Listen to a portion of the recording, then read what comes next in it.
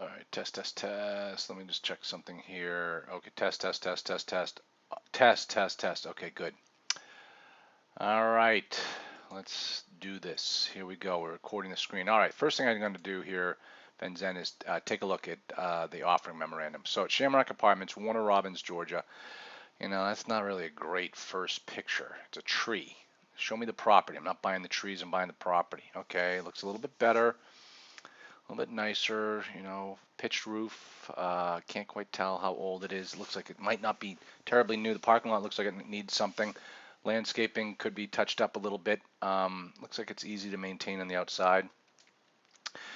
There's the broker's get out of jail free disclaimer. If we screw up, it's not our fault. Don't blame us. And it's Marcus Millichap. So you're looking at one of the highest priced retail brokers around, and that means that you're, you know, going to have trouble.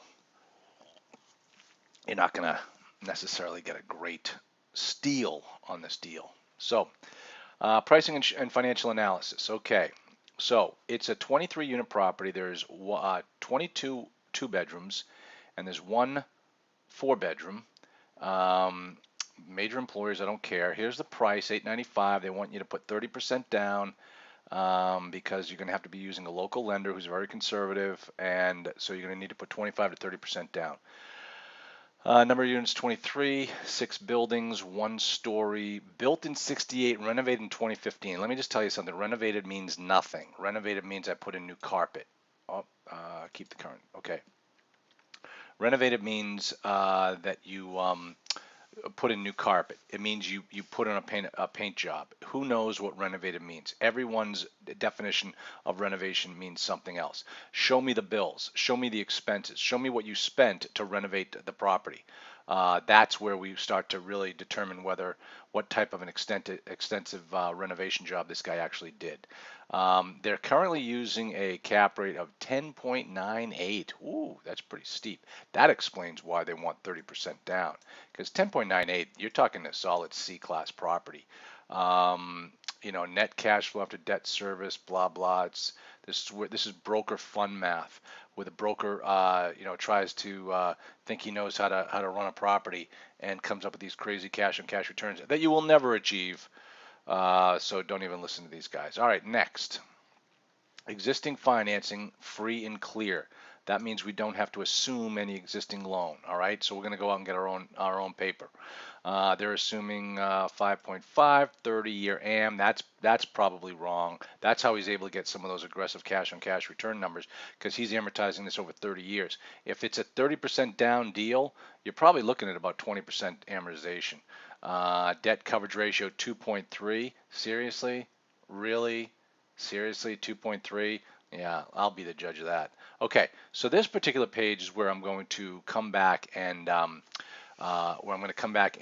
build off of this. So make a note that on page 7 of the offering memorandum is where I'm going to start to. That's the first page I'm going to come back to when I start to build out the cash flow analyzer. Okay. Let me see. As of February, vacant apartments are offered to prospective tenants at monthly rental rates of $675 to $695. But look at the pro forma rents are at $700. That's interesting. As an addition to the sale of Shamrock Apartments, there is a 1,300 square foot single family home included with this deal. It's adjacent, is located. Okay, fine. This home can be used as a potential alternate entry point for the apartment community if the front section is ever developed commercially. That's interesting. I mean, I could lose my front entrance. And if I lose my front entrance and I sold the house, now I can't get to the property? That doesn't make any sense. I'd definitely check out what the story is with that. Okay, he's got all of these numbers. Yeah, blah. Okay, I don't care about that. Here we go. This is a fun, fun little number. So they give you the income and expense statement. Here's the current. Here's the pro forma. We're going to stick with the current unless the pro forma numbers are worse. Okay. Roof reserve. Current roof has approximately 5 years of life left. Replacement is estimated at $30,000 for all 6 buildings. So fully amortized expense with 5 years, roof, $6,000 annually. Okay, moving expenses. So where's he putting that? A roof. Okay, look at, he puts the reserves and replacements for the roof and the HVAC above the line, above the net operating income line, when they actually should be and they shouldn't be operational expenses. They should be capitalized expenses below the line. So right away, the seller, the broker, has made this property look worse by deflating the net operating income below what it should be. Okay, that's pretty good. I like it when brokers don't understand math. Okay, let's see.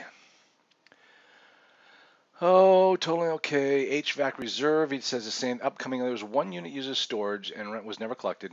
Seller intends to complete the renovation and obtain a certificate of occupancy and lease it. Why do you need a certificate of occupancy? Is it that bad? Uh, okay, that's fine. Annualizing operating data.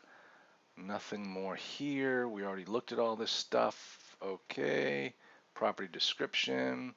All right, I don't care. Everything else is just going to be filler. Everything else is going to be stuff that I don't care about. Stuff that you will care about this as time goes on. If we look like we're going to go forward with this deal, but right now, this information is nice. Look at type of ownership fee, simple. Okay, that's good. Anything else we need to know here? Not really. Water. Okay, this is HVAC central. Look at what he's not telling you. Who pays the utilities? And that's something we're going to need to verify. And let me just scroll up here because it should be right here. Look at the utility expense. $400 per unit per year. That's definitely a tenant paid utility, which is good. So we'll keep it at that. Okay, let's get started on this. Let's start right here. There. Now, I'm going to jump on over here to the cash flow analyzer, come to the input data section. Now, first thing I'm going to do is change this to multi. It doesn't multi. I've yet to see really what the difference is when you make that change, but I always do. They're looking for 895,000 on the property. Okay. Now, initial improvements. You know what? 6,030. Let's put $36,000 in there for the HVAC and the roof. Let's get it done on day one. Closing costs, we'll probably put about $8,000 in there. Um, Everything else, reserves and reserve, let me see, 23 units. Let me do some math here. So I'm going to take 23 units. 23 times $300 is $6,900. So we'll reserve $6,900 a year for future changes, okay? And we're gonna put that number after the net operating income. Remember how I showed you how on the HVAC and the roof he put it before the NOI? It's actually supposed to go after the NOI. So we'll put it down there. Now, over here he said it was like 10.69 or something like that. And why is my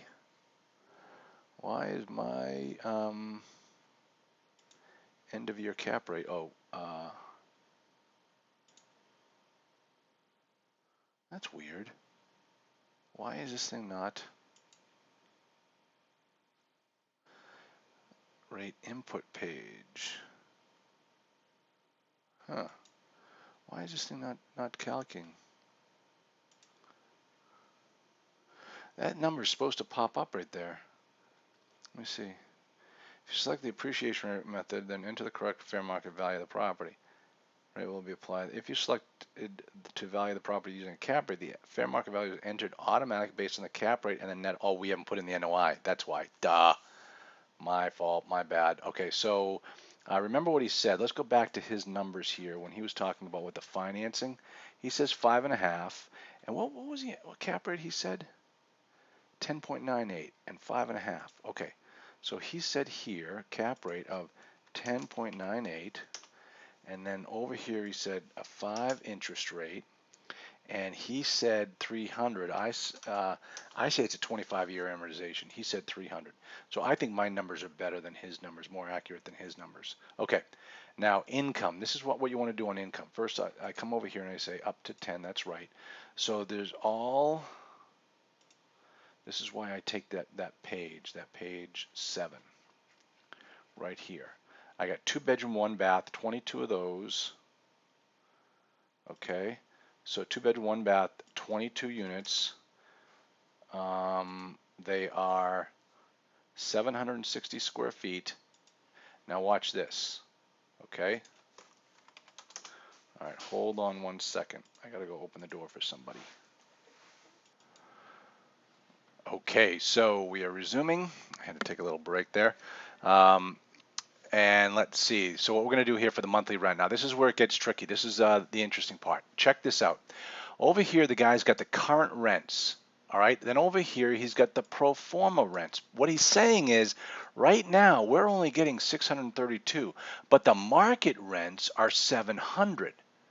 Okay, so what we're going to do is in this block here, we're going to put in 700, okay, not the 632. Over here we'll put in the home. There's one of those. Let's just say it's 1,000 square feet, doesn't really matter. And what are they getting for rent on that one? He says 1,000. Okay, so we're going to put 1,000 in here. All right, now what that means, oops, I put in the wrong number. Now, don't worry about this vacancy rate. We're gonna solve that in just a second. Check this out. Potential rental income. If every unit every month was occupied by someone who paid on time every single month, that means the most this property will be able to generate an income is $196,800. That's la la land. That's never never land. That doesn't exist. It's not going to happen. So what we need to do is drop back down here and take a look at what the current income actually was. According to them, they collected $151,000. All right, so I need to make this 196 go down to $151,000. Did I say 151? Yeah, 151. How do I get it from 196 to 151? I play right here. I put in 15. Nope. I put in 20. Nope. I put in 25. Okay, I put in 23 right there. That tells me that from where this property could be operating to where it actually is operating, we are running at a 23% vacancy rate. Now, here's the thing that you have to understand, Mahlon, is that you cannot call a broker and say, hey, this property is running at a 23% vacancy. He'll say, oh, no, it isn't. They're only 3 units down or what have you. This is not running at a 23. It's running at a 7. Well, this 23, the way that the software works is that 23 means that physical, economic, concessions, delinquency, bad debt, all of those things added combined together, this property, this factory is running at 77% efficiency. 77% efficiency. That's where the opportunity lies in this property. Okay. Now, was there anything in there about other income? Nothing. No other income. All right, fine. Let's jump back on over. So we're finished with the income section on here. Now let's jump on over to the expenses. What's the first expense they have in here? Real estate taxes, 8271. On the pro forma, 8271.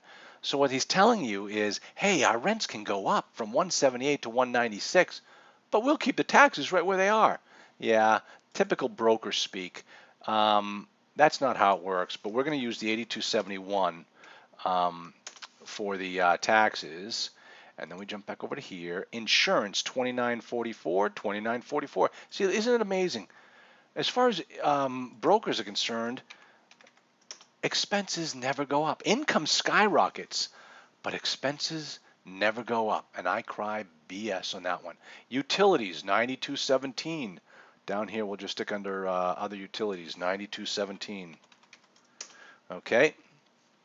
Then we get down over here to utility contract services, 2400. We'll put under, we'll call that under maintenance, 2400. Then we got repairs and maintenance, 4400. We'll do repairs, 4400. And what I'm really putting, I'm just putting in all the exact same numbers, and they're using 8% for the management fee. All right, which is probably right. 23 units, it's a small property. And then let me see, ground maintenance, landscaping, 2430. Under landscaping, 2430. And then down here, okay, we're going to skip over the roof and the HVAC. We've already taken care of that in the initial improvements, okay? Move in expenses or probably turnover costs. We'll just say, we'll call that turnover. I think it was 2200. And then 20, that was 2,000. Security lights 5,000. All right, I'm just gonna go back here and under this I'll say 2730. All right, now that means the expenses, according to them, the expenses are running at 31% expense ratio. Let's take a look here. Accounting, $1,500 every year. Now, marketing, if we did $25 per unit, 23 units, you're looking at about $575 for marketing. Associated audit, cleaning, commissions, legal, payroll right here. You're really not going to have, and this is interesting, because it's a 23 unit property, you're not going to have much in payroll. And that's why you see 8% of the management fee. So there's nobody working on the property. Everything is handled through contract services and through the management company. So I'm okay with that. Pest control, I'm going to put $1,500 in there. Professional fees, could be anything. Supplies, we'll put, $1,500 in there. Payroll, other trash removal. Let's put $1,000 in there. And we already got the utilities. So now we're up to 35% expense ratio. If it's a tenant paid property, and we're dealing with a very small property, I wouldn't be surprised. The expenses could be this low. All right. What we might want to do is go back in there and put some type of an adjustment factor, meaning like we know the property taxes are going to go up. We know the insurance is going to go up. Maybe we should add a little bit more in there now. But let's take a look at these expenses against the rule of thumb. Okay. Insurance, $128 per unit per year. That's awfully low. Let me see. I'm going to put it at $4,000. That's still low. I mean, if you figure if the insurance is about $200 to $250 per unit per year for insurance, that's more in line with what it should be. Management fees high, turnover. See, this guy is. We're going to really need to get in there and do some due diligence to make sure the numbers all line up. We're probably also going to have to sit down with a management company in that area and start going through some of the expenses to make sure we understand that we're accounting for everything. I'm right now just going by what the management company says. I will ask for, if we proceed further, I will ask for a trailing 12 financial. And what I probably would do right now is ask for a trailing 12 financial before I submit the LOI, because I want to see exactly what they're spending their money on. 31% expense ratio is very, very low. It's almost like you can't run a property at 31% expense ratio. Okay, so guess what? Now we put in the income. Now we put in the expenses. Now the computer automatically calculates out the net operating income. Let's jump on back to the input data tab and see that at 10.98% cap rate, which is what they say it is, with this NOI, the property is worth 876. We're offering 895. I don't think so. I'm not going to overpay for a property. I don't know about you. So I'm going to go back and I'm going to put in 850. So I'm going to offer 850 on this property based upon the current NOI. Now, does that mean that's the right price? Does that mean these numbers look good? Let's go back and take a look. We click down here, the cash flow analysis, or up here, the CFA, and let's take a look at the numbers. The first number I look at when I come here is this number right here, 2.15. Whoa. 1.5 is good. 2.15 is smoking. 17% cash on cash return. 18. Okay, yeah, we're making an offer on this property. All right. That's all I'm going to show you right now. What we need to do next is ask the broker for a trailing 12 financial, and then we're going to make an offer on this property. Okay, so that's what you've got to do for this deal. Don't sit around. Make the phone call today. I'll get you this video right now. Nothing more. I don't care about all this other stuff. Pretty pictures. Who cares? Okay, good. Thanks. And we will see you in a bit.